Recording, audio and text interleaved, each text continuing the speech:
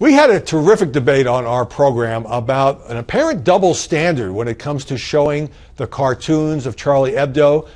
And I made the point that I understand some of the past cartoons, which frankly were quite offensive to Islam, and some of them have been offensive to other religions as well, why other mainstream organizations, worrying about the safety of their employees and just questions of good taste, would not have wanted to run them. I was less sympathetic with all the organizations, and these include NBC, MSNBC, New York Times, NPR, CNN, and others, that didn't feel that it was right for them to run the cover of the new issue of Charlie Hebdo. This is the one that sold out 5 million copies, and I think it's now headed toward 7 million copies as the whole world seemed to come together in solidarity around that issue, because it showed the Prophet Muhammad, and yes, I know Muslims feel that any depiction of Muhammad is blasphemous, but it showed him shedding a tear, and with that, a line about all is forgiven.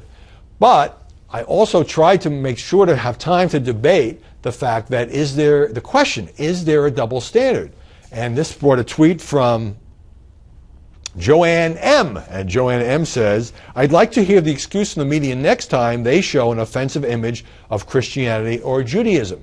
And that is precisely the point, that many of these same media outlets didn't have any problem when there was a huge controversy over, I'll put it delicately, the image of the crucifix submerged in urine, or the image of Virgin Mary covered in cow dung. That was part of the story. So they showed those images, even though they are very offensive to Christians, and frankly many others. I was offended by it, but seem to have a different rule when it comes to offending people who follow Islam. And I think that if these organizations are going to adopt a standard that we don't want to gratuitously insult people of faith of any religion, then they ought to apply the same standard, not just be more cautious when it comes to Islam, because this does sometimes lead to violence, and you don't see a lot of Christians rioting when an offensive cartoon or photograph or image is published, but you've got to have the same standards. And if you pick and choose, and if Islam is seen as getting special treatment, that is not good